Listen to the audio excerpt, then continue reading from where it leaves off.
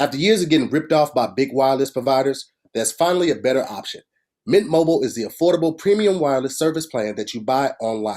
To get your new phone plan for just $15 a month, go to mintmobile.com/DIYS. What's up, everybody? It's your boy Tahir Moore. And I'm Patrick Cloud.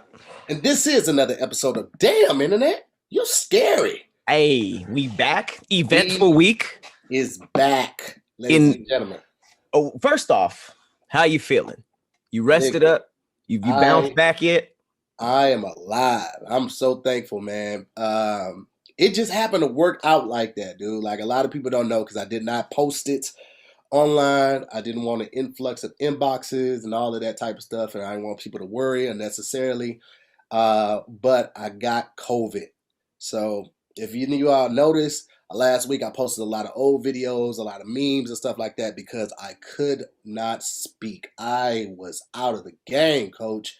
I don't know when I got it. I was in Atlanta the Thursday before last, Thursday and Friday, and I flew back to LA on Saturday. I did a show in Bakersfield Saturday night, and then Sunday morning I flew to Salt Lake City, and I was there Sunday night, came back to LA Monday. On a Sunday night, I started to feel a little tickle in my throat, a little cough, and I was like, oh, that's weird. I don't know what that was. And then on Monday, I was nauseous all day. Back, when we were filming, I was like, I ain't really hungry. We tried the wings, it just wasn't hitting like that. And I was nauseous all day, had a little headache, and still had that little cough. And then on Tuesday morning, I was doing a cameo for somebody, and I'm holding the phone. On the camera, it has the script right there, what they want you to say, and I'm just reading it, and I had to take deep breaths, like, and it's your boy Tahir Moore. Make sure y'all keep watching. And I was like, this don't seem normal. I hadn't lost my sense of taste or my sense of smell. I hadn't lost either one of those. But the out of breath, the short-windedness, man, woo, I'm talking about, I couldn't talk, bro. I was texting everybody, and let the team know I'm going to be out for a week. So that's why I wasn't on Squadcast for this past week, because of that vid, man. That vid got your boy down, man. So, yeah. Were you eating this week? Yeah, I didn't lose my appetite, surprisingly. Other than Monday and Tuesday with the whole nauseous feeling. Other than that, I was good the rest of the week. So, I've just been drinking a lot of water, a lot of tea. Got blue vervain. I got chamomile. I don't even know what this is. My sister and my brother sent me a whole lot of herbs. So I got the mullein. I got the echinacea. Nice. I got allegra. I got so much stuff over here.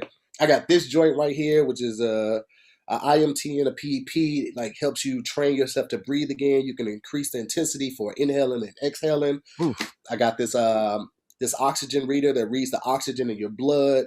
Damn. Because my sister, my little sister, she works for a hospital, and she was in the hospital the entire time during the worst of COVID, and so they had to go in and turn the patients over every 2 hours, like rotate their whole bodies, because depending on how severe it is, because it is a lung or respiratory virus, the fluid can sit in your lungs. So one of the first things people told me was, like, don't sleep on your back. So I had to sleep on my stomach the entire week, which is horrible. On because top of fluid can build up? The fluid, yeah. So, like, you can get fluid buildup in your lungs while dealing with COVID. So I'm like, every 2 hours I would get up, stretch like this, and bend over, and do arm waves and all of that. I have not been sleeping well. I haven't been to sleep since, what's today, Tuesday? I haven't been to sleep since Sunday night. I didn't sleep at all yesterday. At all? Last night at all. But wait, Sunday night or Monday night? Sunday night I got 2 hours. I stayed up all Sunday night, went to sleep at Monday like 6 a.m. and got up at 8:30. And I didn't sleep at all last night. I could not go to sleep at all. So, sheesh. But yeah, today it just feels different, or it started feeling different for the last few days? It started feeling different Saturday. I could feel like we've been in a corner. Yesterday, I feel a lot better. Today, I feel like I'm back to my regular self. I'm speaking regularly. Don't have to, like, catch my... You feel 100%? I wouldn't say 100%. I would say, high 80s, maybe 90, but I don't know. The thing is, because it hits everybody differently, I don't know what to expect. Like, I don't know if they're gonna be any lasting effects of it. I still have a little cough every now and then, but it's not consistent. Um, I don't know, man. It's trippy, bro. It's Jeez. trippy, man. It's trippy. This is real out here, y'all. Yeah, See, it feel like you're a prisoner in your own house too. Because like my family's here, but we couldn't like interact. We've been trying to do little things like we have a patio, so I'll go down to the patio. They'll mask up and move out of the living room. I'll go down to the patio, and we got the TV on the wall that swivels, so they'll turn it toward the patio, that's and cool. they'll sit in the living room, and we'll watch. Like we watched 2 movies last night together, and I was on the patio out there eating. And they went inside, masked up. That's what's up. So just trying to try to keep some type of form of human connection, man. But it's tough, man, for people that got it and they were going through that by themselves. It's Ooh. difficult. You are already trapped inside the house because of a pandemic, but Mm-hmm. then to be trapped inside the house and not leave even when you need to or want to, just to be able to get away, Right. man, it's different, bro. Yeah, I know some people who came out like or moved somewhere by themselves and then got Yeah. in a situation like that. And being in a hospital, you don't ever want to be in like a hospital situation by Hmm. yourself. That's trash. No, they're not even letting people in. So yeah, that's good that the bounce back was quick though. Some people be out of it for like a whole month. Yeah, I know, man, and I'm thankful for it, bro. Like I'm gonna get tested again. They say 10 days, so I'm gonna go get tested maybe tomorrow, Thursday. 10 days would make from when I got tested. 10 days would make Friday. When I first started experiencing symptoms, though, 10 days would make tomorrow. Will make Wednesday. So I don't know which one I'm gonna do. I'm at this point. I'm not in a super rush to get back to doing the things. I've been Right. somewhat productive from the air mattress in front of the desk. But You're trying again, to I'm be just like, productive? You have COVID, sir. And you better not start working today just because you're somewhat back. I feel yeah, like that's I've been working the whole time because I was like, I don't have to talk to produce.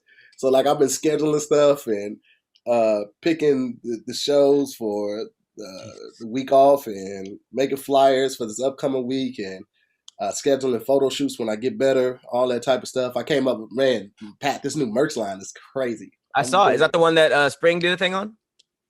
well, that was a collaboration I did with them for that project. But this new merch, I'm gonna send you some pictures of it, bro. I'm so excited about this. Yeah. What is it? I mean, is it This like is shirts or hoodies Yeah, or? it's just like it's going to be different because this one isn't just like it isn't just like graphic tees with funny sayings on it like that. This one I really put some effort into. I linked with this designer who already had some designs. I licensed the ones from her that I wanted for my shirts and stuff like that. And man, I'm really excited about it. So Oh, yeah, that's man. good. But I mean, still, they used to be trying to get back to 100% and then getting back. I I feel like know. you I'm can get working on that that too. way, I'm can't working you? on that. That's why I haven't been doing. I haven't been I haven't been walking around and doing a whole lot of that. A lot of the stuff I've been doing is just like from the like I said the desk or that laying down on the air mattress. You know what it is? I just bro, I can't like just do nothing. Like I'm at a point now where like just watching movies, it has Mhm. to be something that I really want to watch. Otherwise, it's just background noise on. Like I don't really So you tune have to into it try like to that.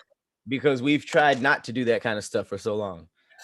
So I'd be like, Yeah, I'd be like trying it's to get through a weird, season, like, this is relaxing. bro. Just sitting still, I'd be like, I don't want to watch. Even some of my favorite movies, I haven't been able to just like focus in on it, bro. We just be But sitting on that's the also like couch a flexing. certain sense of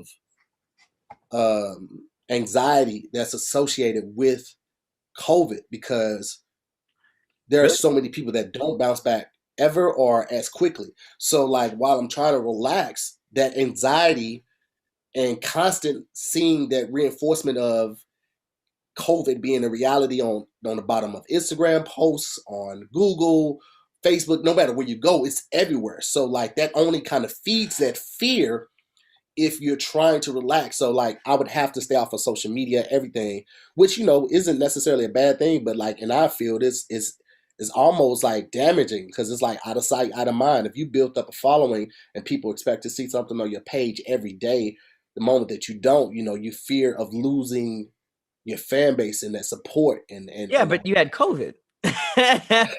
That's like the most understandable shit ever. It's like, sorry, no Zooming today. I might die. It's a nationwide pandemic. It's not even like centralized to us. I know it should be. I get it, but man, I know I ain't got no excuses, man. I just got a problem. Nah, everybody in here right now is trying to get more rest. Rest. Here, hustle, never rest. That's literally who you were talking about. Yeah, you're right. You're not wrong. I'm not denying that. Hold on, let me show you this before we get into the first topic today, because I'm just excited about it. So let me share the screen, and boom. So this is like, nobody has seen this yet. This is going to be exclusive to the Scary Squad Patreon, and then when this airs, everybody will see it. But the stuff isn't out yet. So. Oh, nice. Is that the thing? The new symbol? Yeah, that's just one of them. This is called the Lucky T. It's different on them. So on the just has Lucky on the front, that on the back. What was Lucky from something? Nah, it's just one of the designs I got from the designer that I like. Okay, dope. Yeah, that's lit. So it's different on the red the T. One is hard. Yeah. What were those first two? Were those like pillows? Yeah. Oh, okay. And this was called Play for Keeps. So it's got the heart. That's hard. The pillow. Bit one on the ticket. I really took my time with this. I've been rolling this out since like last year. Oh, really? Yeah. This one's called About That Time. So it's got is that a rotary? Rotary. Oh, nice. The rotary. Yeah. And then the water bottle. What was that?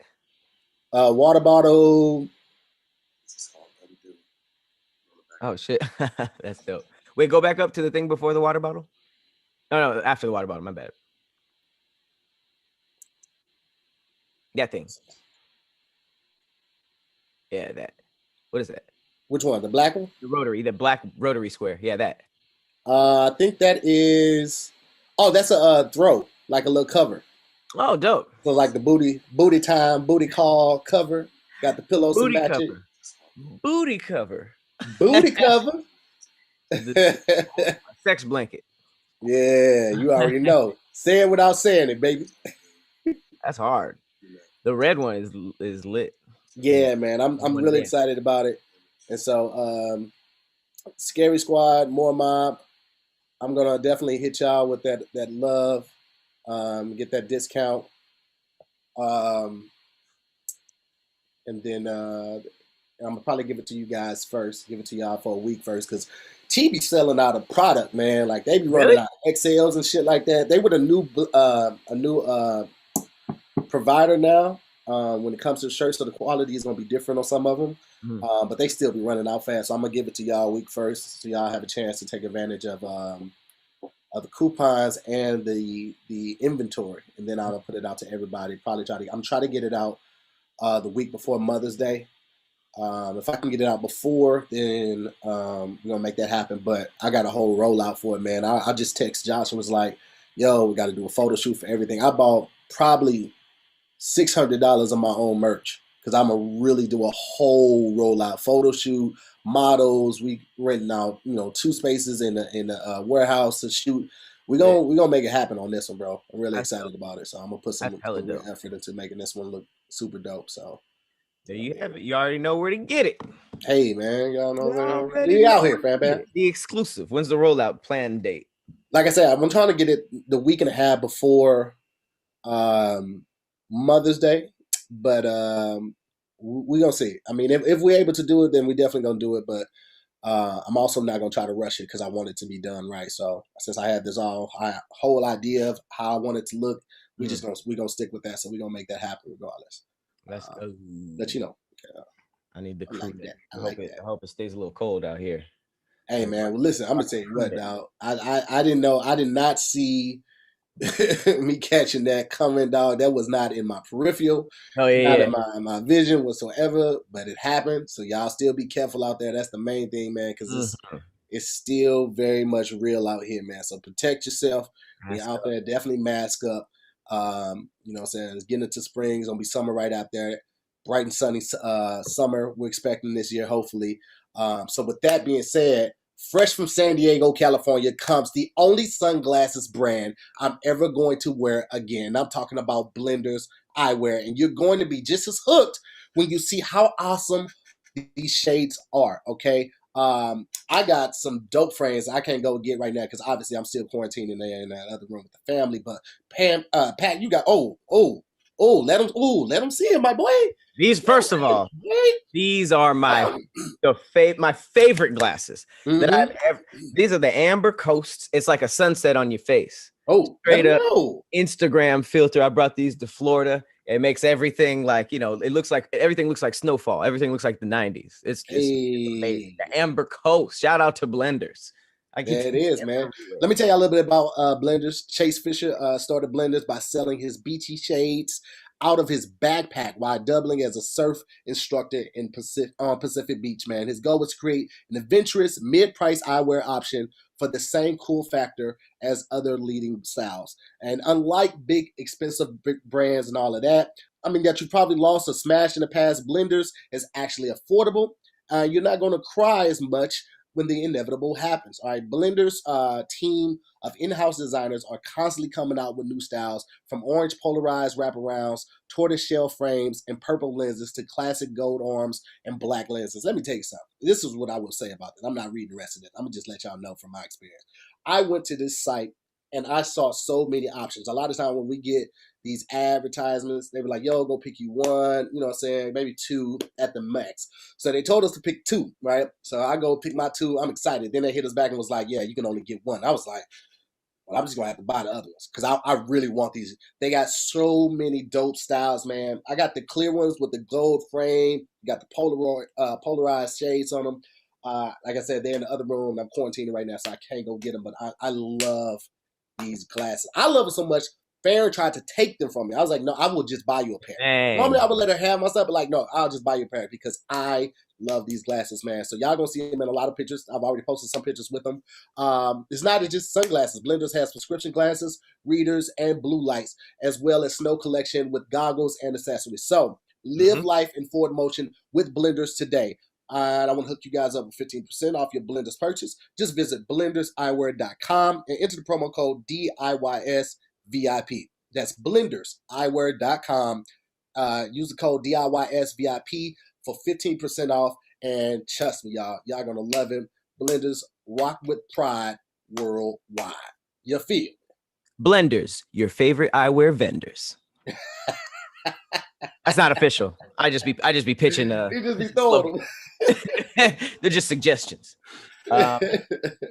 Before we get into some stories, I just wanted to throw out, you know, we will be talking about, you know, definitely rest in peace to Daunte Wright. Rest in peace to DMX.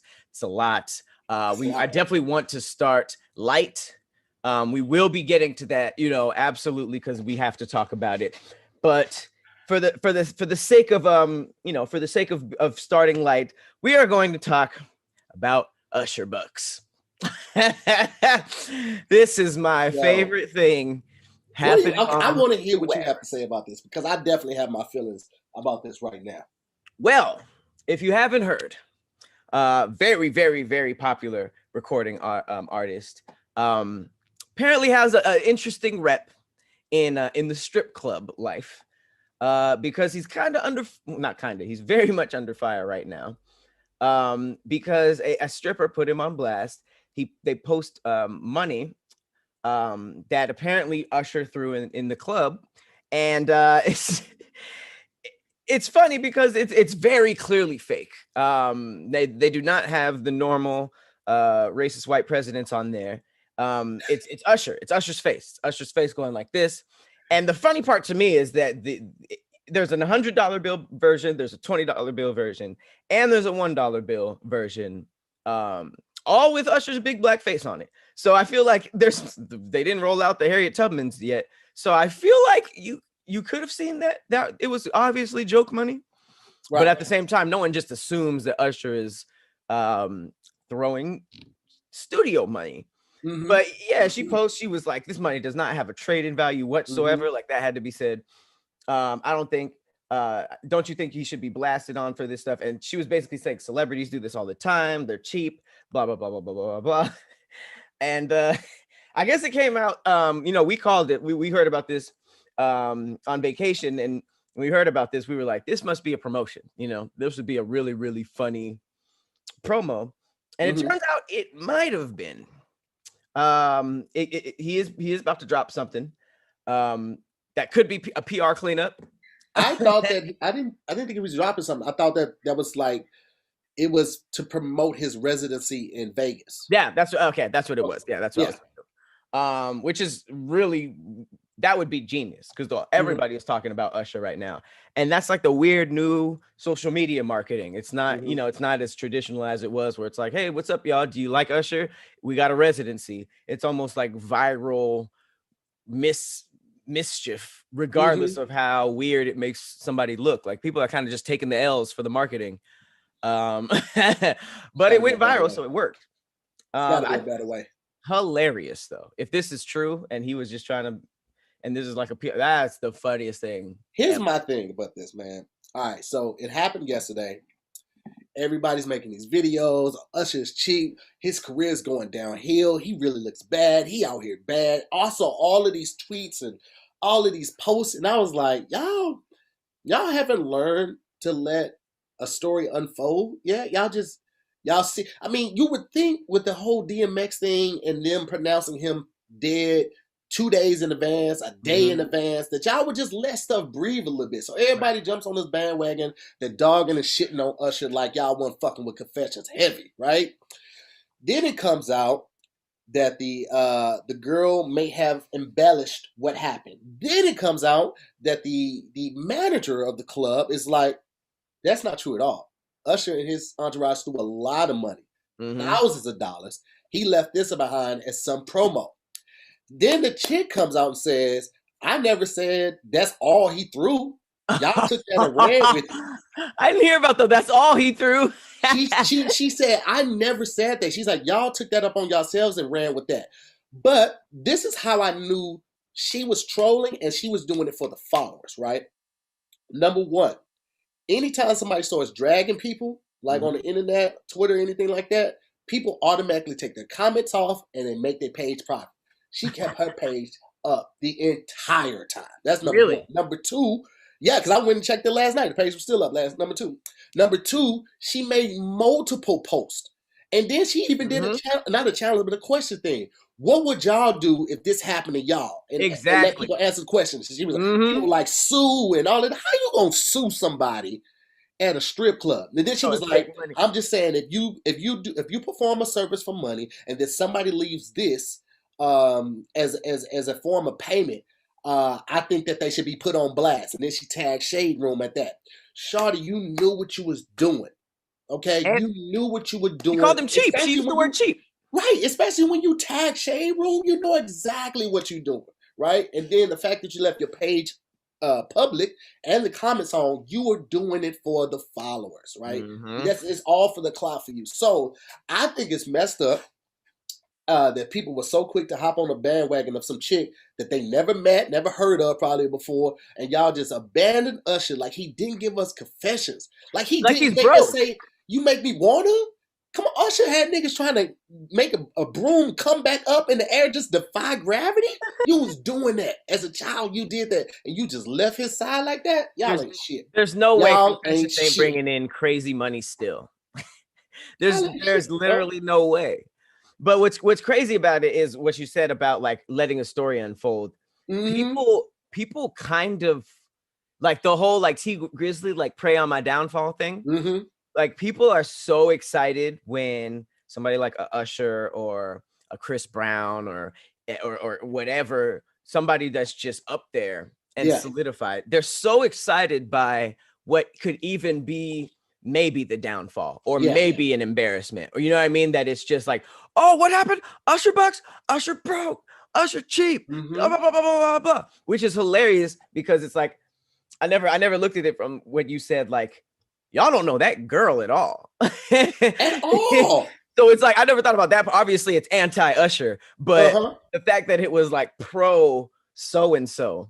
It wasn't like Rihanna came out and was like, yo, Usher tripping. He was throwing Usher bucks. Everybody would be like, yo, what? It was just Candy from so and so club, you know, and that's what's so funny about it, because I was like, if you look at the money, it's a big black face on it.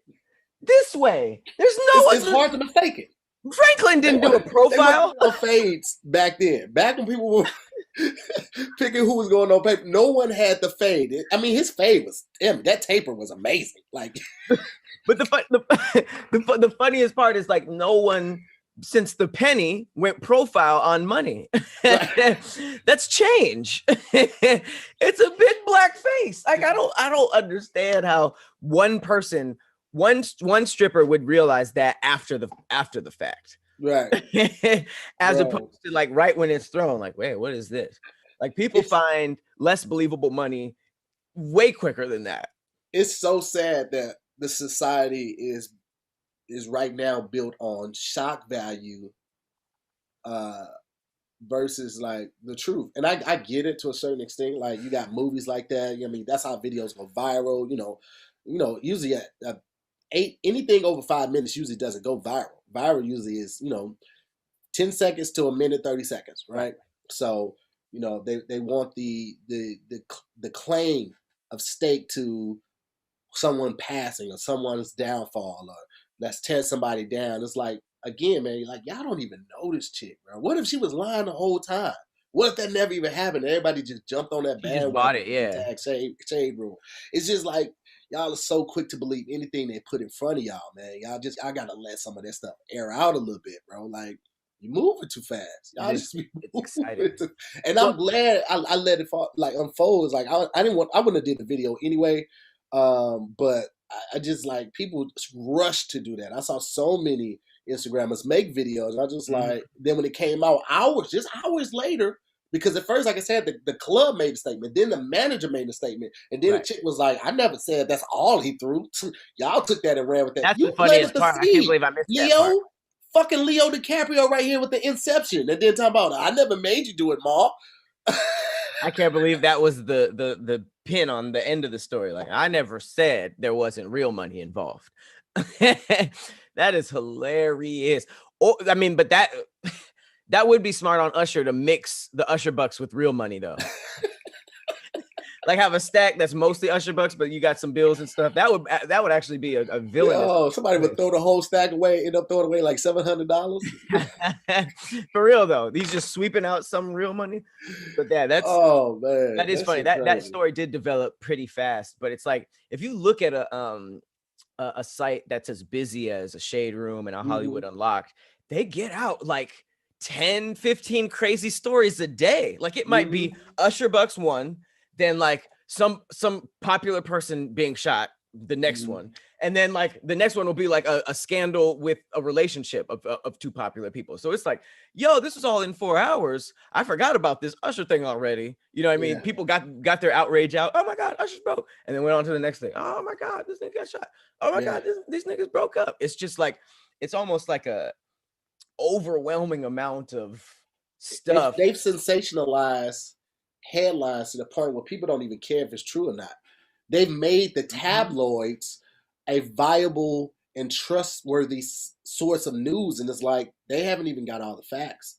Like I remember tabloids were like just at the register, when you at the grocery those grayer ones. What are those called? Yeah, like just the tabloids, like Tom Cruise has 30 hidden kids that no one knew about. So wild. You didn't really believe that shit, but now if it comes from one of those major outlets, you'll take it at face value. You won't even try to do the research for yourself. It's like that's so crazy to me.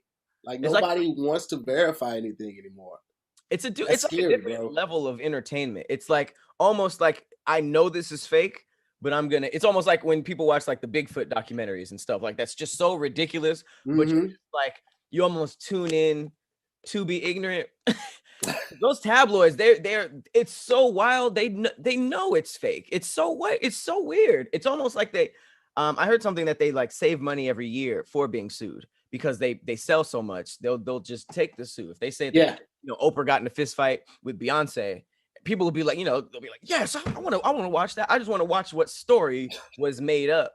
But at the end of the day, they don't care. It's about being first and being almost like creative as being true, which is that's crazy as hell to me, boy. Are They we don't even recording? care. They're just like, they want to be, huh? Okay, we're recording. No, but I mean, Zoom records it though. Oh, you know what? Zoom doesn't record it though, unless you tell it to. I just have to pull it from whatchamacallit, from YouTube.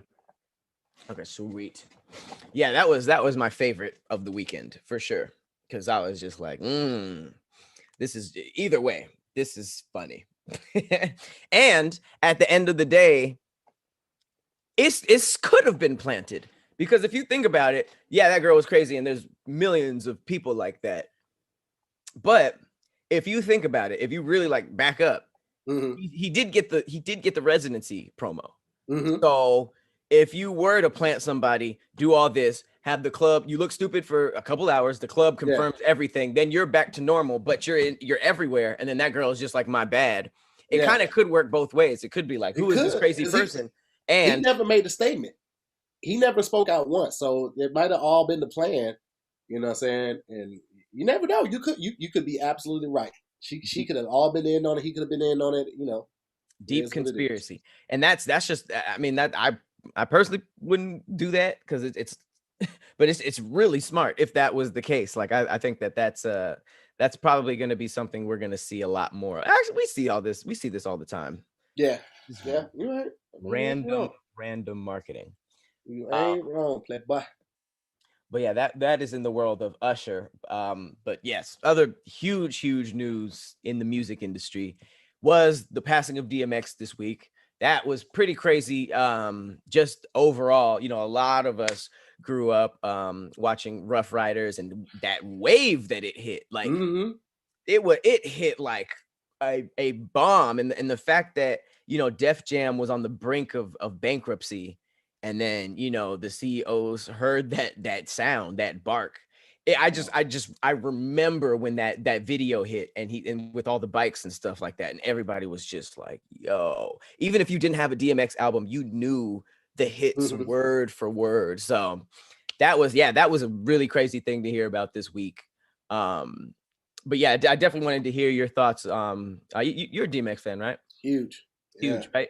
Yeah. So I definitely wanted to hear your thoughts on that, but also like this whole fake love narrative that's happening on the internet right now. I don't know really how to wrap my head around it. Maybe it's somehow like how people who personally friends with them are dealing with grief.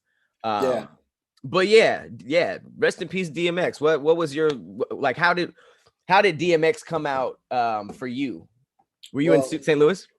I was in St. Louis, when I first got hit to DMX. Let me say this, man. Like, a lot of craziness happened, and I don't know, man. Like, this week has been, it's been a lot. Even on a personal level, man. Like, I don't even know how to feel. Like, I can't even call it, bro. But you guys can call, especially if you're tired of getting ripped off by big wireless providers. All right, if we learned anything, is that you can always bet that there's a catch when it comes to them saying that they're going to hook you up, or they're going to, give you the best bang for your buck. Yeah, sure you are. So that's why when I heard about Mint Mobile and them offering premium wireless service starting at just $15 a month, I thought, all right, what's the catch?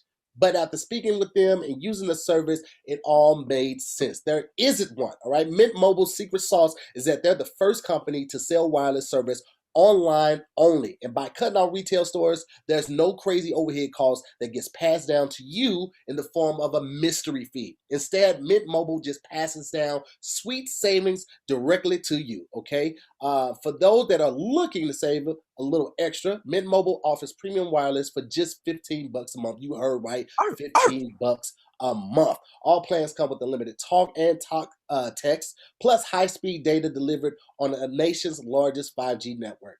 You get to use your own phone. All right, that's another thing. A lot of them get you. Oh, you just switch to us and get a new phone. No, no, no. Mint Mobile lets you keep your own phone, and you get to keep the same number. You get to keep all your existing contacts. You don't have to wait for things to download or transfer over. We ain't doing all of that. All right, it's 2021, and if you're not 100% satisfied, Mint Mobile has you covered with a 7-day money-back guarantee. So switch to Mint Mobile. Get premium wireless service starting at just $15 a month. If you're ready to make that happen, if you're ready to get this $15 a month service, this premium service, you can get the plan shipped to your door for free. Just go to mintmobile.com/DIYS. Again, that's mintmobile.com/DIYS. Cut your wireless bill to just $15 a month at mintmobile.com/DIYS. Now, yeah, get DMX back to changed the game DMX. so much because he was a hip hop icon, respected by all, but he had the energy of like a rock star, and not just like a regular rock star. I mean, like the energy of like a metal rock star, like that. I mean, everybody has seen the footage even before this weekend that was floating around of him performing for the world at that Woodstock, and there's so many people, and even though it's a sea of faces, you could tell that it's mainly white people there. And he's doing the Rough Rider anthem. Stop, drop, set up there, open up shop. And the whole crowd is going crazy. Everybody in the world was there. Bro, to have that type of charisma, to have that type of crowd control, that type of performance. Even Jay-Z said when he watched DMX, it made him step up his performance level. Because to have that energy, first of all, we don't give Beyonce enough credit. We don't give any singer that does choreography and singing enough credit. If you go back and look at James Brown screaming, holding notes, and dancing the whole time. His song's 3 to 5 minutes long, dancing the whole time. It takes so much stamina. It takes so much dedication to your craft, to yourself, to your fans, to be able to do that night in and night out. And DMX just had a different energy. He had you barking at people. DMX wasn't wearing gold chains. He was wearing dog collars. Dog collars and real chains around his neck. And he made that cool. He's wearing oversized overalls, no shirt on, Tim's unlaced, walking around with dogs. He was the first promoter in the rap history, hip hop industry, to like link up with Peter. Like, he's really about these animals, bro. And he did? No, I'm just saying, like, in the aspect of, like, you know, animals. And I mean, Mike Tyson too with the pigeons and stuff, but like most people don't have pigeons as pets, but you have way more dog owners than the pigeon owners. But he was so different, man. You know, before him, there weren't a lot of rappers that people wanted to be like. He was one of those people that emulated a sound. I mean, created a sound that the people emulated. And I remember when he first came out, and then when I heard Ja Rule, I'm like, is that X? Because that's the only person I had heard with that look raspy, like that, like, and you know, there's a lot of comparison when Ja Rule first came out, but like X just brought a different type of energy, man. Like, and I don't know if we will ever see that again.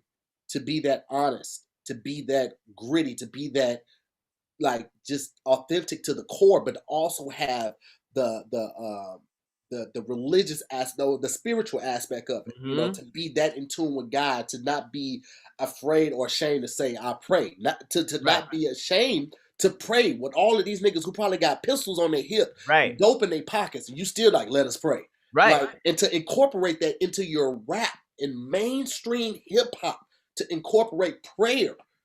You know what I'm saying?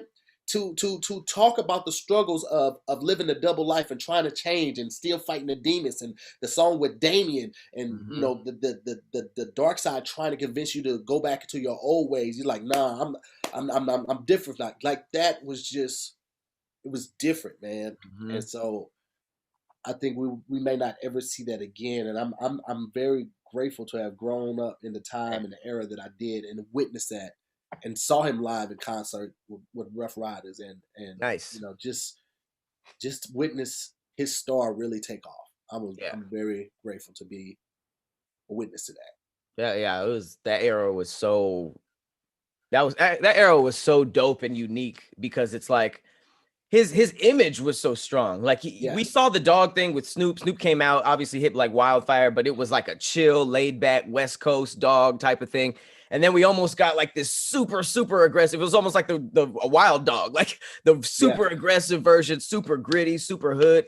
But it was like it was still so versatile because gangster rap at the time, like you said, it wasn't as vulnerable. So to get like a real dude who could talk about crying in the rain, a prayer, and stomping somebody out in the same verse was just like, yo, this is crazy. And like you said, nobody checked it because he even said in the interview, like everything he says was from experience. That dude had a crazy life. And if you think about all this wild stuff he got into after he was famous, like he was at an Albanian wedding, he was pulling up to places, making omelets. You can only imagine how random his life was in Yonkers before he was famous. Bro, the one thing I love about a lot of rappers, and DMX never shied it from it. DMX could not dance to save his fucking life. he just had the dog bounce. This right here was his go-to for everything. That and like this when he's on stage, but he could not dance. There's so many videos surfacing of him just at random places dancing, and he even at the battle. Oh, I know exactly what you're talking about. When they pulled up and started playing X Gonna Give It To You. That's hilarious. But that never stopped him from laughing and enjoying life in that moment, man. And it just seemed like he really took advantage of that. And I wish that he could have, got a handle on those demons that were, chasing him throughout his entire career. But like the more that comes out, like even before he passed, when he did that video, I think it was a Zoom interview, he talked about how his best friend, his mentor that he looked up to when he was 14 years old, laced his blunt with crack. Like when he was 14, you said? 14. His mentor? Yes. Oh, that'll add some pretty deep demons. Yeah, you know what I'm saying? So it's like it's like when you hear about people's origin stories and you realize what they had to overcome to get to that level of stardom and to have that effect on people and to be that authentic, to be positive and do something positive with your life after going through the shit that he went through is a testament of its own. You know what I mean? Like, I think people often overlook that. They always looked at the end results, but you don't know the drama that it took to get there. Like, for him to make those songs that real, to have that aggression, to have that the knowledge of how to rap about the things that he rapped about, meant that he had to go through some of those things. And that's what we forget. We tend to forget is like, for people to be authentic and talk about that shit, a lot of times they had to live that shit. And that's different, man. Like that's on a different level. It's not like a lot of rappers that you hear right now that are out and they're hearing other people talk about it, and they might have had family members that talked about it or did it, but with X, like he went through a lot of that, man. So that's a lot, man. Yeah, that's a lot. He went through a lot. I mean, I didn't know about the 14-year-old crack lace story. That's crazy. Did he? Yeah. Did that? I mean, I'm assuming that messed him up. Did he start using? He didn't say after that. He just was like, messed up. Mentor?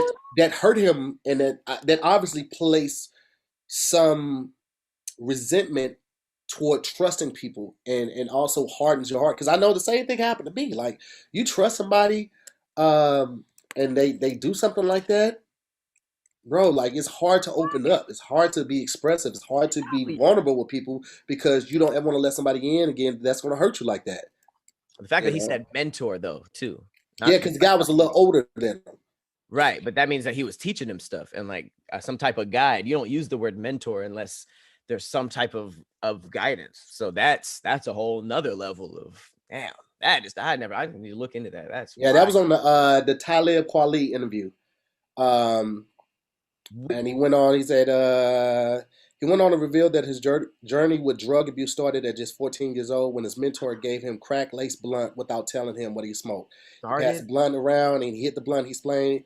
At this point, he's already getting misty-eyed. He's like, I've never felt like this before. It fucked me up. And later on, I found out that it was lace. It was a lace blunt with crack. And he was like, why would you do that to a child? You know what I'm saying? He was like 30. And he knew I looked up to him. He's like, why would you do that to someone that looks up to you? And like, he's like, that was the beginning of his struggle with drugs overall, man. Woo. It was hard, man. It was hard to watch because it was a very, very emotional clip, and um, man, I know that feeling of just being let down.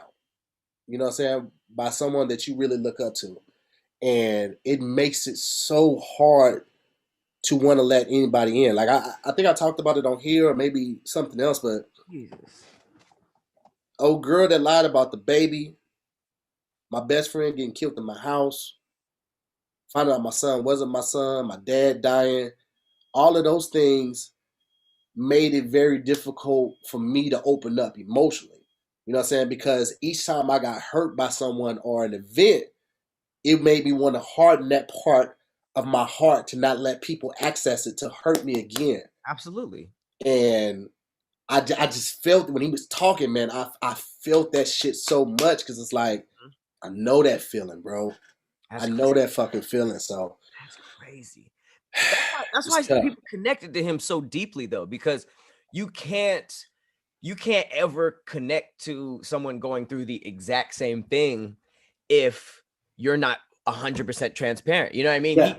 It's almost like he went through that pain to put it in his music, because if he, like, all I feel is pain, all I feel is rain. That's deep. Like, rappers don't be talking like that, especially at the time. So if you have a whole verse that's just like crazy honest, and you're saying stuff like, shit horrible happened to me when I was 14, and that this happened and this person betrayed me. If you put all of that out, it's almost worth it, because not only is it probably good for the person to get off their chest, you touching all these people that's like, yo, exactly like what you said. I felt that exact same way. This person, there's somebody else out there that's going through the exact same thing, which is why it pays so much to just be vulnerable sometimes when it's appropriate. Yeah. It's crazy because I feel like you don't get that a lot nowadays in rap unless it's a song about a relationship.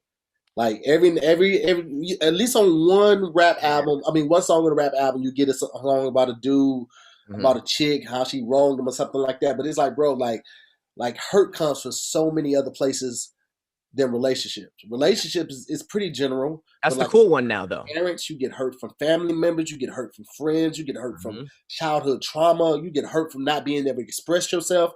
It's so much more that X talked about than just like, a chick hurting his feelings. Yeah.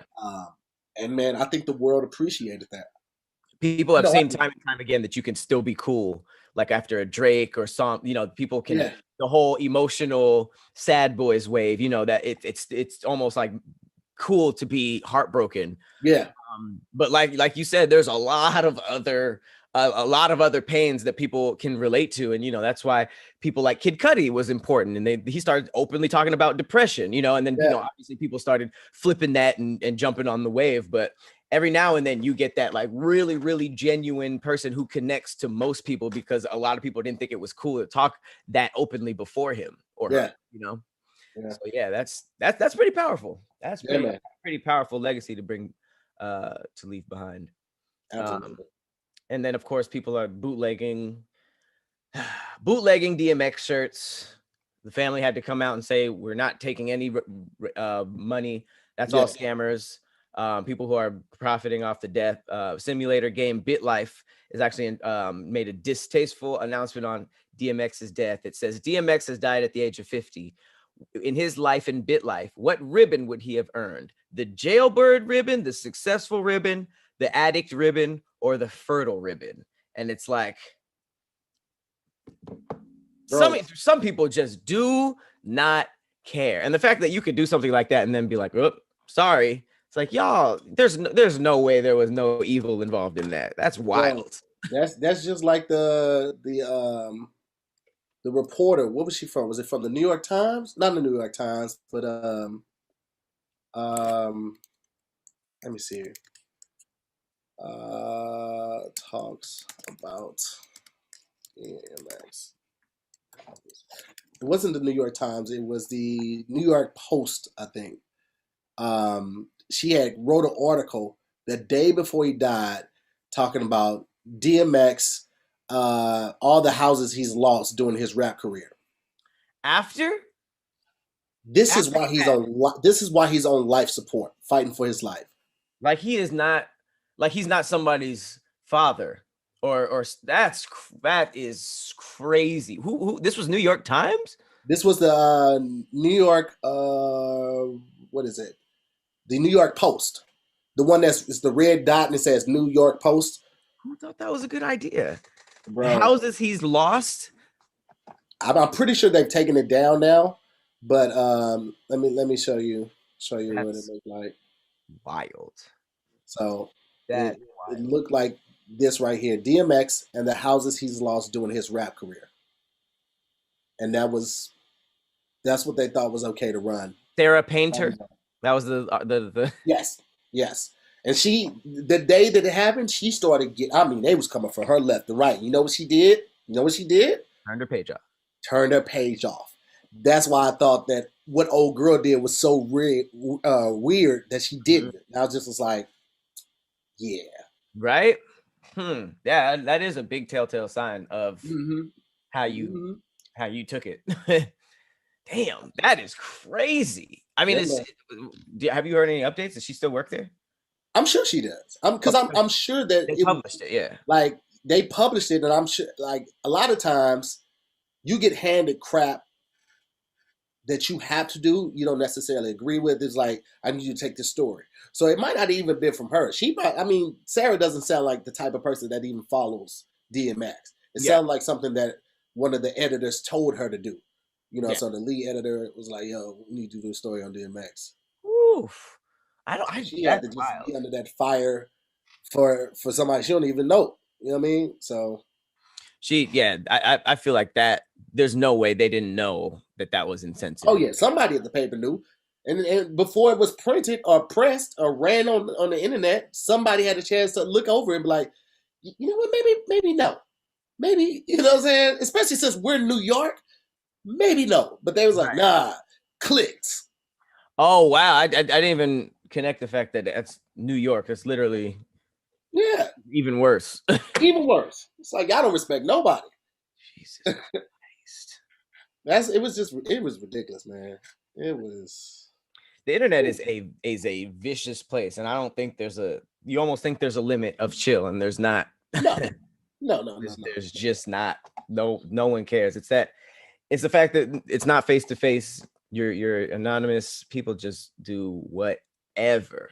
Oh yeah, they dragged her though. They dragged her viciously, as they should. As they should have though. Black Twitter wins every now and then, you know, because before that article would have just got away with it.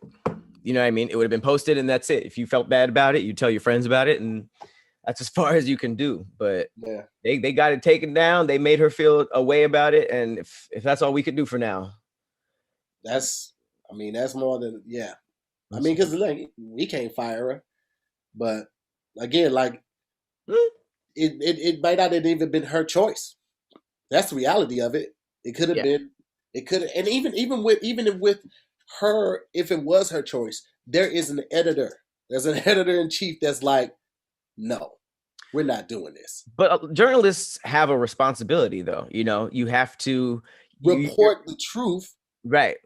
And as it relates to like society, but nothing is imperative about us knowing the properties that this man has lost during his rap career while he's on life support. And that's the moral responsibility. You know, if you're, trying to be a real journalist, you have to care about honesty and some type of moral compass. So I don't care what the company says. If you're a journalist, you should be able to be like, I'm not writing this. He's on life support. Right. And and at the end of the day, if you write it, you wrote it and it's published with your name.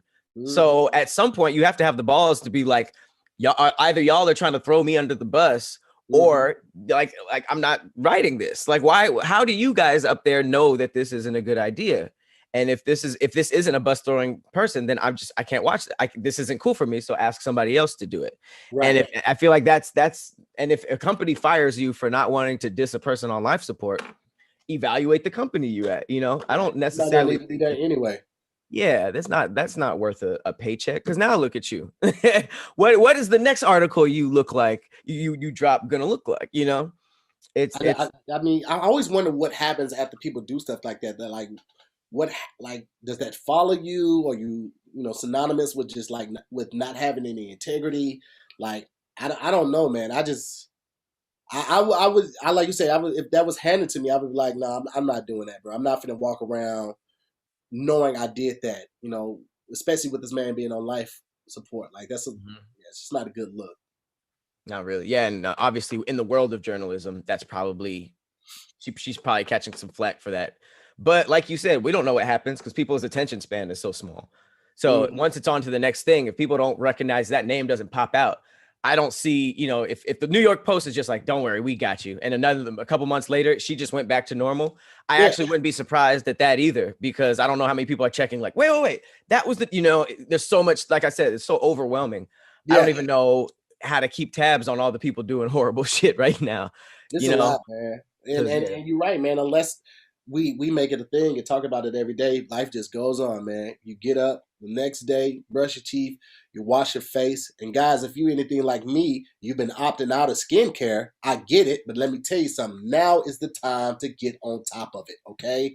I've been rocking with Curology for the past couple months, and I have to admit my skin has not looked or felt better ever in life. Curology makes skin care effortless. All right. They create a custom skincare formula for your skin goals. Plus, they got a cleanser and a moisturizer that are easy on your skin and super easy to use. Listen, this right here is my cleanser. All right. I use this every day in the morning and at night. And then after I use this, I put on this moisturizer. All right. That's it. That's it. And at night, I use a cleanser again. And then after the cleanser, I dry my face, and then I put on this nighttime regimen. And this just keeps my skin looking fantastic. Okay. Super easy to use. Everything ships right to your door, and your first 30 days are free. You heard right. Free. You just cover $5 for shipping and handling. It don't get no easier than that, guys. And I'm gonna tell you what, I'm not kidding you on this. I love the way my skin looks right now. I've got more compliments, and I didn't really think that anybody was gonna notice. I did not think that anyone was gonna notice, like, yo, your skin looks really good, because I wasn't taking care. Like, I was washing my face, but I always felt weird about putting lotion on my face. So I felt like that was clogging my pores. And I did the same thing with body butters and shea butters and all that. I was like, I don't know. I feel like that's not good. So to get with a company and let them find the perfect formula for me to feel comfortable putting it on my face and feeling like I'm not clogging my pores, gave me peace of mind. So I want to encourage you guys to sign up for Curology. It only takes minutes. You share your skin type, you share your skin goals, and a licensed provider can create a custom formula made for you, like one personalized formula. That's all you need. Whether you're struggling with acne, dark spots, or you just want something simple and straightforward. They also have amazing products that you can add to your subscription: acne body wash, emergency spot patches. Or you could just keep it simple and get the face wash like me with the moisturizer and the nighttime regimen. Let us know what you think, man. If you do sign up, we like to hear when people try the stuff that we recommend. If you're ready for a healthier skin and routine that makes sense, do what I did. Give Curology a go. Go to Curology.com/DIYS for a free 30-day trial. Just pay $5 for shipping and handling. That's CUROLOGY.com/DIYS to unlock your free 30 days now. See Curology.com for all the details. yeah, good stuff. Good stuff.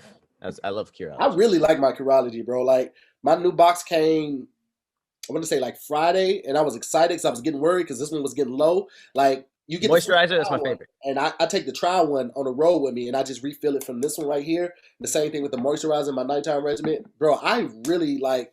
I be feeling like I be doing something too, like, cause man, she got all her stuff. She be moisturizing, exfoliating. I be like, shut up. I'll just get in the shower, just wash my face with my hand. But now I feel like I'm taking more pride in how I look and how I feel, man, and it No, feels good. I'm It's definitely important, that. bro. The rich moisturizer is key. Yeah. Key. Love it. Oh, apply to face and neck after cleaning. Dang, I've been missing Mm-hmm. the neck. I've Mm-hmm. been missing my neck. Been missing out. I'm gonna get the neck right today. Um, we've been talking about some wild stuff going on in the celebrity world. Mm-hmm. Uh, DJ Mustard. Did you hear the story about DJ Mustard? Bro, I read that yesterday. It was like, that's so Crazy. crazy because who just went through that with somebody? What do you mean? Oh, Somebody else just had to. Tyler the Creator.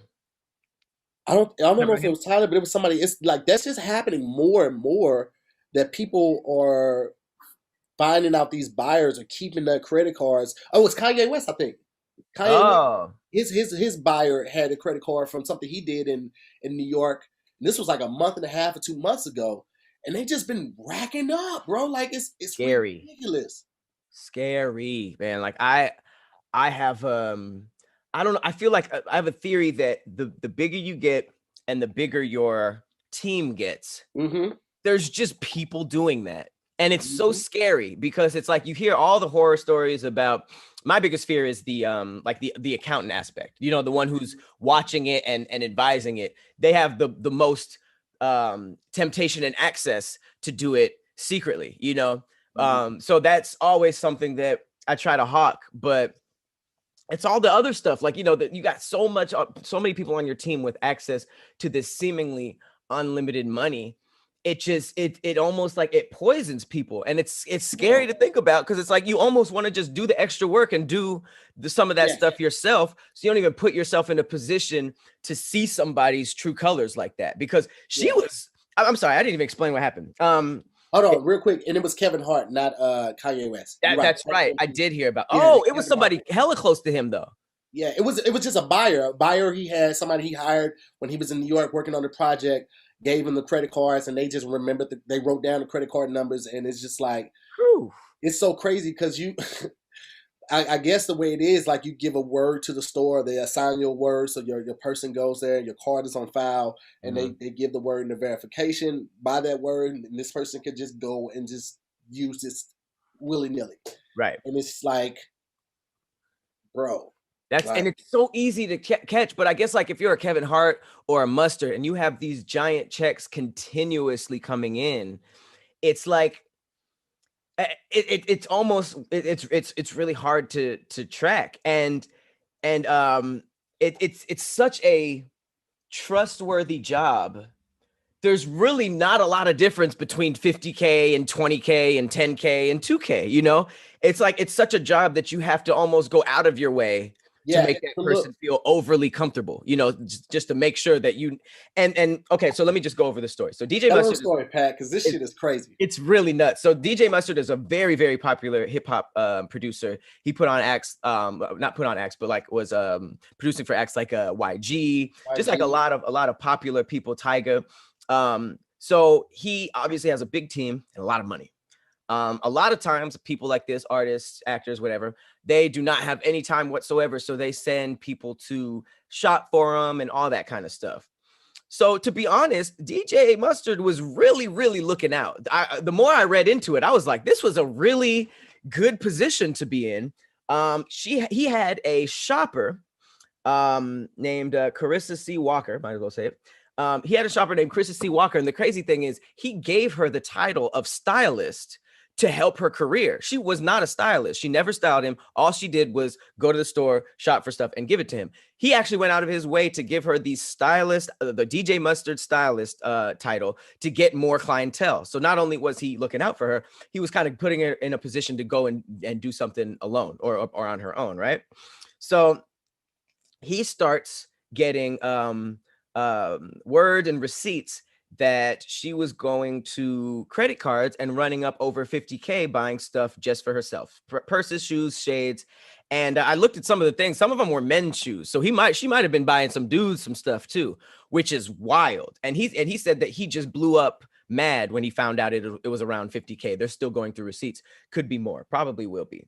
Mm-hmm. But that is a very kleptomatic way of thinking, because I've actually dated a couple girls. I found out they were kleptos, not for me, actually maybe, but they would like literally go in a place where it wasn't even stuff that was worth, like books. And they would just disappear and be like, I just got a book. And I'm like, what? Who are you? And that really, like, I had to like think about that, because it's like you almost steal as an addiction. It's not even really like, oh, I need that and I'm broke, which I assumed it was most of the time. But yeah, she was in a position, she was getting 6K a month, which was actually more than that job is usually paid. Especially for a first timer. Yeah, he was looking out for her. And the text thread is wild, because he sent her a picture of the receipts and she said, can we hop on a call? He said, a call? She said, because no one else is involved. It's just me, my wrongdoing. She just went straight to, she didn't do the what is that thing. She just said, this is just me. I want to clear out all of my affiliates. And he said, you really ran my car up. You really crazy. She said, so sorry, this face, which is already like, and then the response was, the follow-up that she said was, truly, I am so sorry. Should have never got to this point. My temptation ran to greed, and I am so sorry. So assuming she's talking about it should have never got to the being caught part. No, I can appreciate her owning up to it and saying like, yo, the temptation got the best of me. But shorty, it's like, if you did that at a bank, you're going to jail. That's a federal offense. You're going to jail, right? Temptation or not, you're going to jail.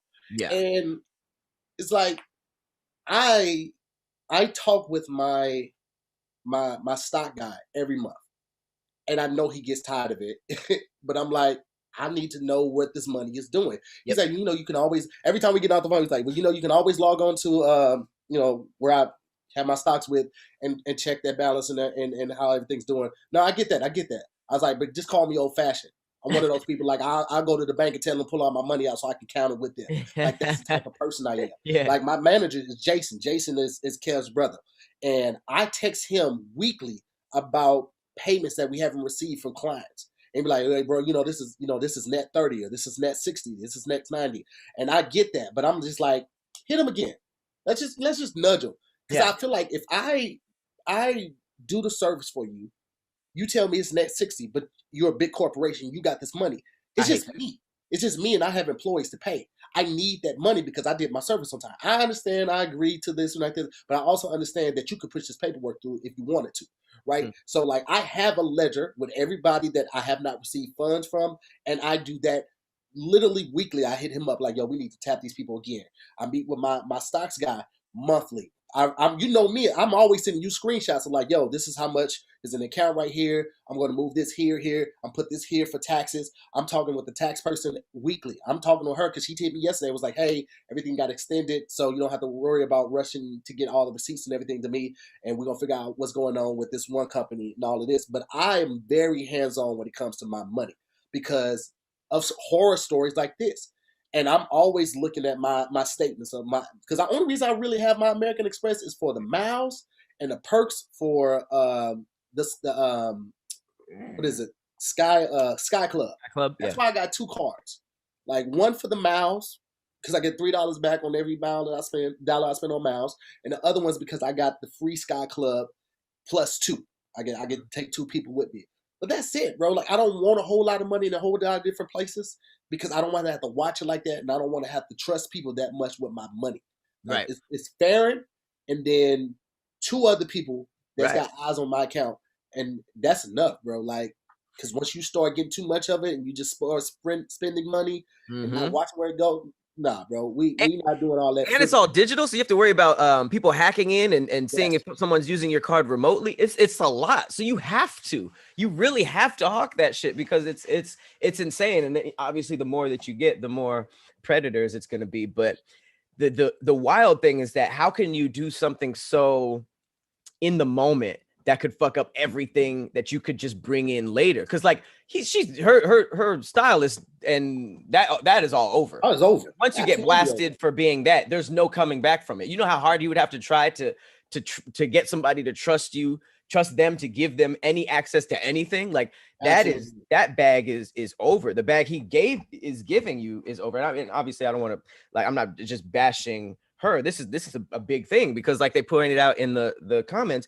at $72K a year. So not only are you ruining the constant one, you're ruining the future one. And it was all for stuff as materialistic as purses and shoes that if she gave it all back, she wouldn't even get the money for. That was another big thing that he said, and I took away from that, man, is how people don't have self-worth and value. And he was like, you did all of that for Instagram likes. You ain't even, like, that ain't even gonna bring you nothing. You did all of that for Instagram likes. And I posted something last night, and it wasn't inspired by that, but it was just like 3 the hard way. It was like 3 rules. Like, everyone wakes up to their own alarm clock. You can't rush people to change or want more for themselves. Mm-hmm. Number two, listen with your eyes. Mm-hmm. People lie, actions tell the whole story. And like that could have been the thing with, like you said, with old girl, like who just stole some books. It's like, why would you know what I'm saying? At first you laugh about it, then you be like, Right. that might be a problem That's later. deep. No, that's deeper. That's way deeper because the books weren't expensive. Yeah, it's just a rush for them. And the third thing, I was like, know your worth. Recognize that you're not for everyone, man. Like I was talking to some people, not talking, like kind of going back and forth in the comments yesterday on Squadcast because somebody was like, no Pat, no Tahir. Ooh, this was a tough watch. And some chick was like, I'm glad Tahir isn't here. And then this other chick was like, girl, I thought it was just me. And I could have responded with negativity and just was like, oh, fuck y'all, whatever. I just hit the first chick, was like, what? That's crazy. Next week is just me. It's me, and me. Pull up for a good time. Nice. She responded with more negativity, like, I will be there. Count me out. I was like, what? Even if I bring pizza? Come on, man. We're going to have a ball. But the other chick I hit up, I was like, what? This is crazy to hear. I thought we were friends. This is all so new to me. She was like, I'm sorry. I love Zooming with the homies. She was like, but just on Squadcast, you be coming off like the angry dad. And I was like, you know what? I get that. I was like trying to keep them on course and on time. I can see how the perception is of an angry dad for me. So I was like, I appreciate your honesty and your opinion, and most importantly, thanks for watching. But it's like, it's how you meet that energy, bro. Like, absolutely. It's how you meet that energy, because what you put out is what you're gonna get back in. The chick that was talking the most crap, that was like, oh, that ain't for me. You got an Instagram page. I could have went to your Instagram page and shitted on you. I could be talking about your name right now and shit on you. That's right. Sometimes too. People over there like, yo, fuck her shit. Like, let's go raid her shit. Anytime you do something, but I'm not finna give you that type of energy. Like, that's not what I'm trying to. Especially right now with everything going on, what you choose to do is try to down another black person. Like, we're facing so much adversity right now, and your opinion is your opinion. Like, that's one thing, but like trying to like intentionally keep the negativity going, Shawty, I'm not finna give you the time of day. I wish you the best. I hope you do well. That's a life hack, though. I feel like the most freeing thing in this business is to understand where the negativity is coming from. Because obviously, when everybody starts, it's sensitive. This is your work. So a negative comment, when people first start, it's almost just like, oh, that was negative. Let me go back. You know, and it becomes this thing. And people, it's funny. You always hear social media people being like, I don't care.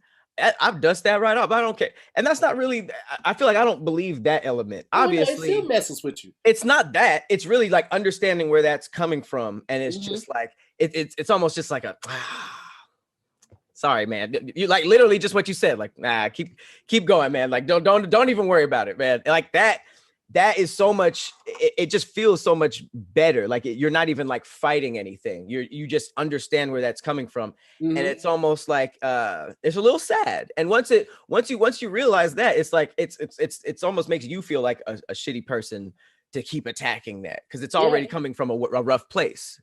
And then, you know what, a lot of times like that, it really like, I really feel like those 3 rules that I just gave everybody can be applied to so many areas of your life. Cause that's just the third one. It's like, as a comic and entertainer, I chose to recognize those 2 comments that were negative and not really acknowledge the hundreds that were positive. Absolutely. How funny we are, how much we're missed, and how much they appreciate you. We focused in on that, and that's when I had to remind myself. And number 3 is like, I'm not going to be everybody's favorite. It's an arrogant point of view, yeah. That needs to be accepted, respected, and adjusted to, because like, I loved all the Turtles, but you know, my favorite was Michelangelo. I liked at the time, and I thought Nunchucks were cool. For personal reasons, Leonardo or Raphael or Donatello, it was just, that was my favorite. I'm not going to be everybody's favorite. I love the fact that you're somebody's favorite. I love the fact that Kev is somebody's favorite, Meg is somebody's favorite. That means that as a team, we still win. Yeah. I don't have to be everybody's favorite. I have a group of people that rock with me heavy, and I need to be content with that and focus on giving them their acknowledgement and their praise for liking and accepting me and the way I think and the way I move, versus focusing on the 2 people that wasn't fucking with it or felt some type of way. Because one, like I said, everybody's entitled to their own opinion. That's number 1. Number 2, everybody ain't gonna, there are people that don't like pizza. And I think pizza is fantastic. And they might not like it for dietary reasons. They might not be able to process cheese. That doesn't mean that they like don't like it. They might wish they could like it, but they just can't fuck with it. And pizza's a great example. You know what I'm saying? Like, and pizza is amazing, nigga. Pizza is amazing. I capitalize pizza in text messages because that's how much I respect it. But there are people that can't fuck with it, and that ain't no slot to pizza. It's just it is what it is, and we got to remind ourselves that like I'm not even here to try to please everybody. Right. That's not even my goal. My goal is to entertain those that I can. Mm-hmm. You know what I'm saying? And enlighten while I'm entertaining. So it's not just like filling their head with foolishness. It's also like leaving a little truth and a little education there. That's my goal. Mm-hmm. Everybody ain't gonna make straight A's in the classroom, or everybody ain't gonna make A's in the classroom. Your goal is to get as many as you can. Right. That's it. Yes. Yep. And I had to accept that, and that was a teachable moment for me to go that route versus going back and forth with them. Mm-hmm. Yeah. No, that's hella solid. Because like you said, 99 positive, 1 negative. Mm-hmm. It's almost weirder to go after the 1 negative because it's like, back up a second. What did you think? You think you 100% out here? That's arrogant as hell. You really think everybody on the internet fucks with you? Jesus wasn't 100%. Are whack, and that's fine. That is okay. Jesus wasn't even batting 100. You know what I'm saying? No, he was not. You think you better than Jesus? He had haters. If Jesus got haters, fam, let's bring it back a notch. That's really that's arrogant. But what people get confused with is like, there's not a lot of people who are mature enough to leave a comment like, Patrick's just not that funny to me. He's cool. He works well with others, but I prefer make, like, that's a very mature point of view. A lot of times people just want to throw the disrespect in it, you know what I mean? To make it funny or whatever. And they'll go really hard. And that's really what people focus on. It's just like, hey, chill, man. That was mean. Not a lot of people can just be like, respectfully, I don't think you're that good, you know? Yeah. And that's rare. I wish it was like that, but it's the internet. We be expecting too much sometimes. Listen, bro, you can't focus in on that type of stuff because you'll drive yourself crazy. Mm-hmm. Like trying to figure that out. That's like trying to figure out why 2 out of 3 men will experience some form of male pattern baldness. You know what I'm saying? Like by the time they're 35, bro, more than 50 million men in the U.S. suffer from male pattern baldness. That's a lot of people. You can't figure that out. You don't know why, but you can figure out. And I can tell you right now that there are only 2 FDA-approved medications that can prevent hair loss, and both are offered by Keep. Now, what you need to know right now is that Keeps offers a simple, stress-free way to keep your hair. It's convenient virtual doctor consultations, medication delivered straight to your door every 3 months, so you don't even have to leave your home. All right, it's low cost because treatments start at just $10 a month. It's discreet packaging and proven results, and Keeps has more 5-star reviews than any of its competitors. All right, now I can't stress this enough. Prevention is key. I'm going to say it again. Prevention is key. Treatments can take 4 to 6 months to see results. So act fast. And if you're ready to take action to prevent hair loss, go to keeps.com/DIYS. That's KEEPS.com/DIYS to receive your first month of treatment for free. That's right, for the free ski. That's KEEPS.com/DIYS, keeps.com/DIYS to get your first month free. Keeps.com/DIYS. Ha. Yeah. All right. I see somebody say almost had a 10. What happened was the way Keeps has the end part, they want you to spell it out. And sometimes they don't want you to spell it out every time, but on this one they had KEEPS every time. So I'm like, do I say Keeps or do I spell it out? And my mouth was like, Keeps. And that's what y'all heard. So you're right. I almost had it, but I'm going to get that shit now. Y'all that was still a good one. That was still a solid one. All right. We're going to do this. I'm very tired. I was just talking to Will and Cleo about this the other day. After everything that happened in 2020, after all the craziness, I guess a small part of us still thought that like that made some type of progression. You know what I mean? Like I thought that 2020 was so crazy. It was like, it's almost like the our version of the civil rights protests. You know, that was sort of like the first rock that was thrown that became the snowball. Yeah. And I guess because that was our version of it last year, we really thought that there was like some type of something that happened, you know? Yeah. But then this week we had to hear about what happened to a kid, Daunte Wright, in which a police officer pulled him over because of a expired license, and then Actually, the air freshener, air freshener.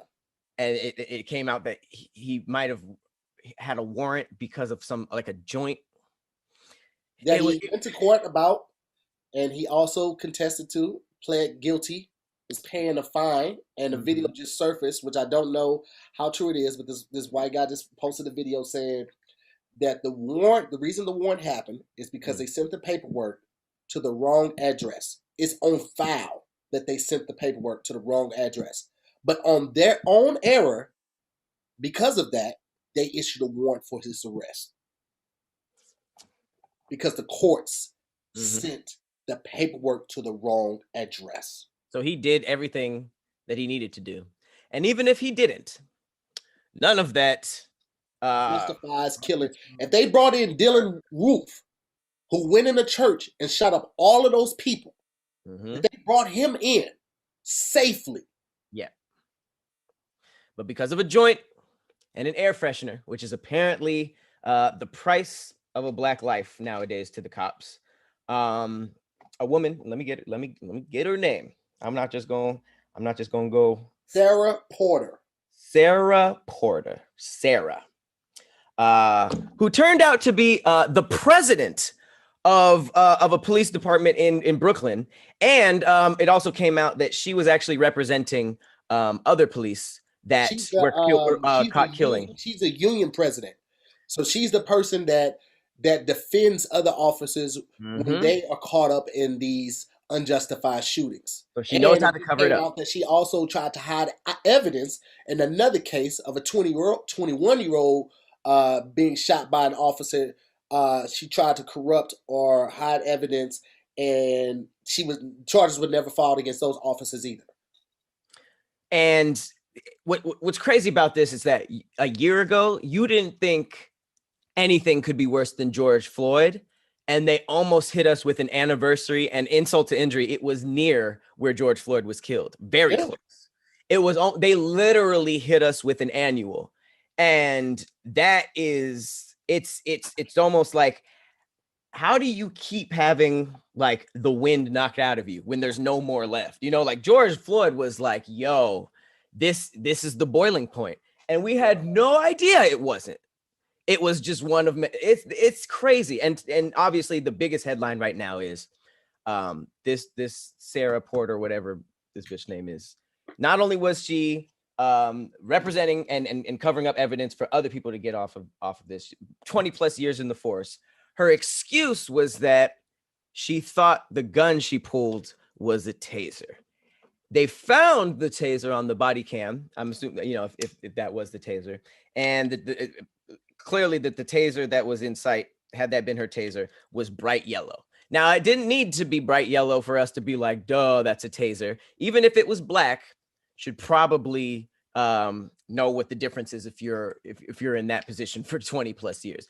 But it was just like that was the excuse. Like, I don't get it. It's almost like, and not to mention, this was the exact same week that we saw an Army lieutenant get dragged out of his car and pepper sprayed by police. That was in the exact same week. The body cam footage that actually happened last December. But yeah, that the week has just been all over the place. And this is like just one of those. This is why I don't really like talking about these things on the podcast, unless we absolutely have to, because I don't have anything to say. I don't. It's wild. There's not a lot of commentary for it at this point. It's like, what are we gonna say? The obvious. It clearly wasn't a taser. She's already on paper covering this stuff up already. It's just like, let me make sure I got her name right, because I feel like it's so crazy. Like all the articles that I'm clicking right now don't have her name in it. They just keeps saying such and such officer, Kim Porter. That's her name. I'm sorry, not Sarah. I apologize for my mistake. Her name is Kim Porter.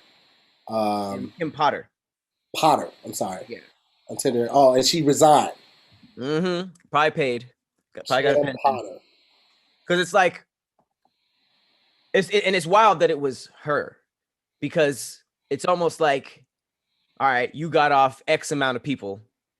You know what I mean? We'll take care of you on some stuff. Like it's just so many plot twists to this, so much irony, the wrong address. It's like the location of it, the time of it. I just, man.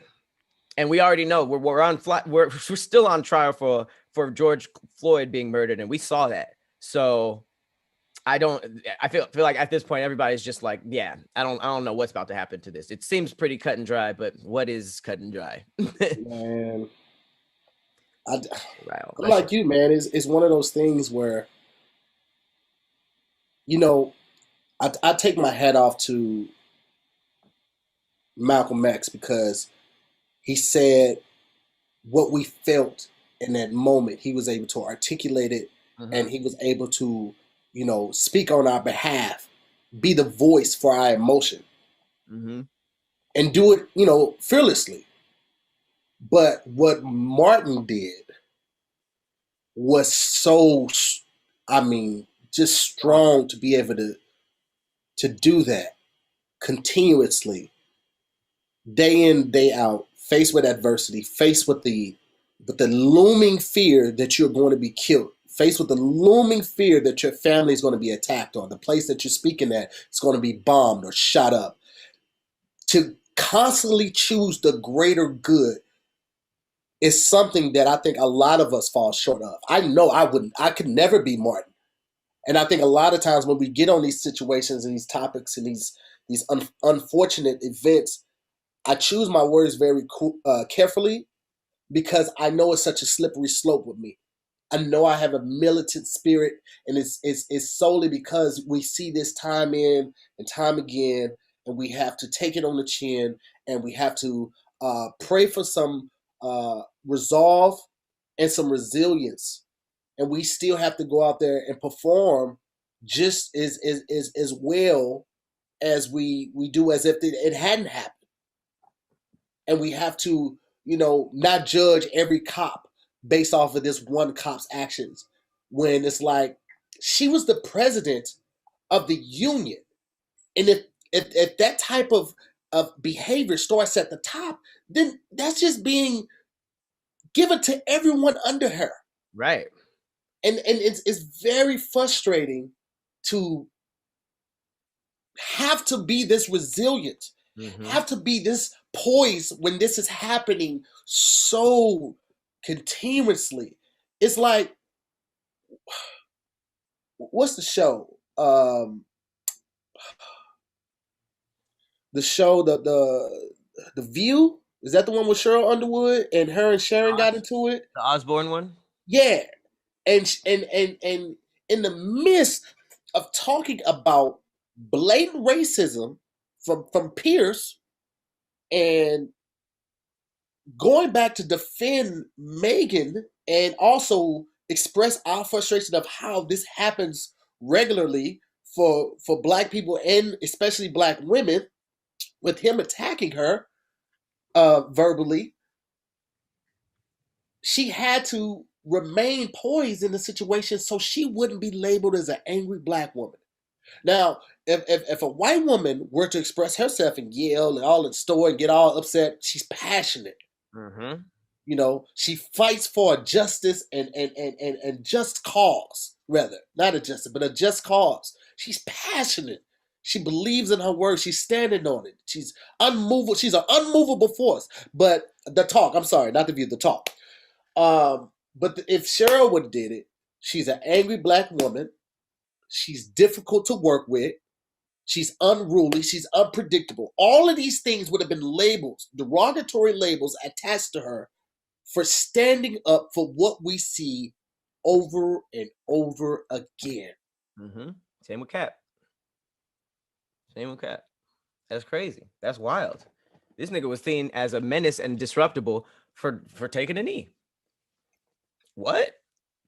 It's so obviously unbalanced, and literally the only good thing out of all of this is that how blatant and upfront it is. You know what I mean? Like, obviously, we thought it would be a lot more progress than that. You know, hopefully some change would be made. They didn't care. Like you said, if it's coming from the top down, that's all throughout the department. You know, ain't no way the people under her were like, oh, how could you? But like, she was getting people off left and right with that. So, if anything, it's showing the world just how horrible we are. It's I hate saying words like this, but like, it is showing the non-racist, the good white people, everything, because we are seeing a change in the newer generation. I have been seeing that. It's so upfront, and it's obviously not budging on a lot of systematic things, but it's just being really like shown to people who this is not their world, you know? And that's, it's not enough, but it's really the only thing. It's the only good out of all of this. So, you know, I don't want to, you know, talk about something that's so upsetting for so long, because honestly, a lot of times I don't watch the video. These big ones I had to, but it just, it throws my mood off. Like I scrolled past all the talk stuff. I heard about it going on.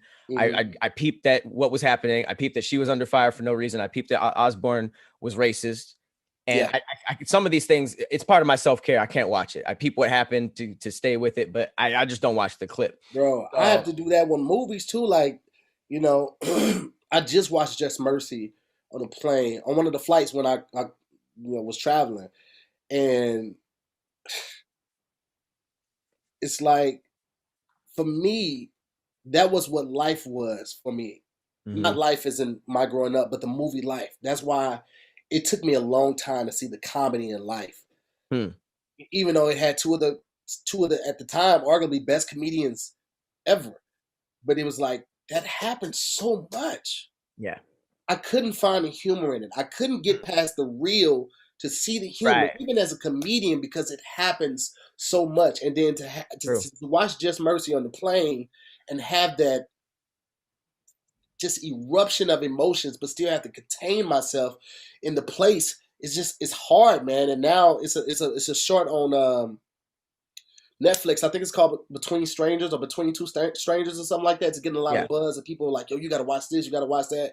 And it's like, bro, I can't just jump from what's going on right now to jump right into that. I can't do it. And I want to support, because I think it's a Black project, so I will watch it. But it's like you said, I got to protect my mentality. I got to protect my emotional state. I got to protect my family in the sense of how I interact with them, because it's, bro, it's hard to just constantly take this reinforcing our face every day on social media, on news sites and blogs, and then to have it in the entertainment too. Is like, I love that, you know, they celebrate Black voices on all these platforms now. I just wish we had more positive movies, because so many of the movies, I feel like 60% of the movies that are in the Black voices category are just The Help, This is Between Two Strangers, Malcolm X, and it's just like, God, we don't have a Superbad. Right. We don't have a Back to the Future. We don't have anything that, I mean, we got Coming to America, Harlem Nights and stuff, but we need more feel-good movies than just, man, dog, it's a lot. Even our feel-good movies like Friday is like drugs, police, and by shooting. Like, that's like, we had to find the violence in that. Like, you're right. We don't just have normal Superbad, because it's hard to paint that version of life right now. Yeah. You know, I know, Pam, the show Them on Prime. I watched the first episode. I saw that. We watched it on I think Friday, and Farron was like, I can't watch another episode. She's like, I just don't have it in me right now to watch. Enough on the news. I get it, man. Like, if that one deals with like, you know, racism of the time, but also like, you know, sci-fi horror type joint, but it's still like, man, dude's like, it's all they wanted to do was just live. You know what I'm saying? Like, asking anything, right? Right? Not even asking for anything. Just, hey, can you chill? Can I live, bro? I just want to. Can I walk to my mailbox to get my mail without worrying about getting stoned, having rocks thrown at me, like that? Like, for real, bro. Oh my God. Anyway, man, Woo, let's get up out of here, man. Yeah, I'm gonna do one more story just to lighten it up, because Come on. that's why for big stories like this, I don't want to not cover it because then it's like we didn't. We have to. It's But our duty again with the yeah, along with the entertainment. There has to be a certain level of enlightenment, even yes, though it's tough. But anything I'm a part of, I feel the obligation to do that. If you have the people's ear, you have to talk about the issues that are pressing at hand. Mhm. You don't have to try to sway people one way or another. This is our opinion. This is how we feel about it. But we're going to talk about it. And with our jobs, you just have to think about it from our POV. Sometimes we have to watch a kid get shot. We have to watch a lieutenant being dragged out of his gas station, and then we have to fix our face and be funny for you guys. You know what I mean? And that's kind of tough sometimes, So it really is about curating some of these things, because we do not want to just keep putting more sad shit on y'all timeline. Like we have to keep it light for us and y'all. So, definitely, rest in peace to Daunte Wright. This is horror. This is obviously something that's going to keep coming out. But on a good tip, there was a White Lives Matter rally, and it was a flop. Barely anybody showed up. So that's something good in our books. That's kind of looking stupider nowadays. So shout out to those racists who embarrass themselves. And then I'm gonna leave you guys with a question. Just a question. You can throw it in the comments. I want to hear from Tahir and obviously the Scary Squad who's in here.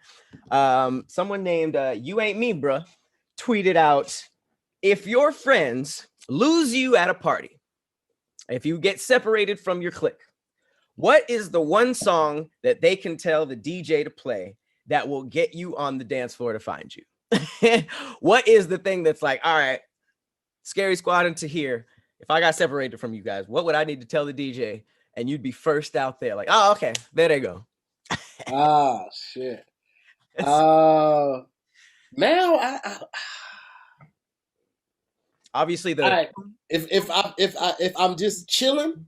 If I'm just chilling, I'm there just to dance. Some nice little ladies there. Mm-hmm. UGK, Let Me See It. That song when the women like, I had to remember it for a second. That song right there when they gonna be slow out, like that or the Tila. Show enough. I know they're gonna be grind. Hey, I'm slaying. I'm right there. Hands. Hey, what's up, little mama? Hey, y'all. What's poppin'? If I'm turned up, Bang by Jeezy, T.I., and Lil Scrappy. That shit right there brings out the most extreme hood to hear you have ever seen. That brings out Baba. I thought of Stomp at first. Which one? Nah, that's You Don't Give a Damn. Ooh. Bang is throw your hood up, bang, motherfucker, bang. It just says something. That Thug Motivation 101? Huh? Is that Thug Motivation 101? Yes. Woo. Yes. Slappers. Me and Jeezy on the back street. Chop in the backseat. What we about to do? A question you ain't gotta ask me. That shit right there. That's rough. Ooh. When that came out, if I had got pulled over at the wrong time, I would not be here. I was wildin', nigga. Praise God, bro. Y'all dropping some classics in here. Poison, for sure. Any DMX song. Finna Get Loose by Diddy. Oh, Super Casual Boom said turn down for what? That's some Vegas. Definitely. Oh man, there's so many. I feel like back that ass up is crazy. I gotta go with Crime Mob though. Nuck If You Buck. Nuck If You Buck? Turn any. I love that song, and I didn't have dreads at the time. So I took invisible dreads, and now it's the funnest thing ever. B.I.B.A. by Lil Jon. Okay, y'all. Yeah. I'll be on cruise ships. I could tell. Poison. Salt Shaker. Yeah. Shake it like a salt shaker. B.I.B.I. Okay, I see you. Humble. B.I.B.I. I see you. Oh, Be Humble, Mr. Be Humble. Oh, can you dance to that though? I guess you just like this. That's more of a vibe. Yeah. But I mean, yeah, that's For sure. Are you acting like a bia? No hands? Yes, sir. Oh yeah. No hands. Shots by Lil Jon. Okay, I can tell who be going to Vegas. Man, I can't listen. When the world opens up, we still gonna do this goddamn conference, guys. It's gonna be, and don't let it be open. And that hotel that I found that we can rent the whole hotel out, don't let that be right. open. Bro, when I tell you that weekend gonna be so lit, I'm having my homeboys come out and DJ it. We'll have something that we'll probably have a party that goes for like 5 hours, and I have 3 or 4 different DJs come out. That shit gonna be crazy. We're gonna invite out all the homies to do a panel. So if you want to get your podcast going and shit, we're gonna have a panel of people there to tell you how to capitalize on it, to build that. It's gonna be a dope ass weekend. I got so many plans. That's another thing I've been doing this week is planning that, and also planning this comedian conference. It's just, I'm so excited about this. Nice. But man, that's dope. And now we know all the songs to play because they put it. They didn't drop the playlist anyways. Woo! Tell him don't play Bang. If he playing Bang, then I can't drink. He goes. I don't even want y'all to see that side of him. Gonna fight. Like that. I was different when that shit. Here would shoot the party up and it's all us. Like, nigga, ain't no ops here. Who you banging on? Stay ready, my nigga. These ain't catching me lacking. Is what I'm saying though.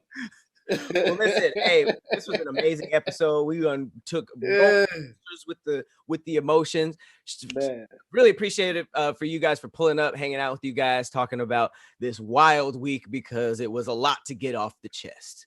Much appreciation for that. As he said, thank y'all for pulling up, man. We got to get ready and get some other stuff going on. I am still not at 100%. So people are hitting me up like, yo, I'm in town. Let's link. And I'm like, he is asleep with COVID. He is resting. But I appreciate y'all pulling up. And thank you to everybody who's watching on Thursdays. Always shout out to our sponsors. We appreciate y'all, man. And we will talk to you guys on the next episode of Damn Internet. It's a lot of stuff going on. A lot of shows. We'll see you guys next week. All right, y'all. Peace.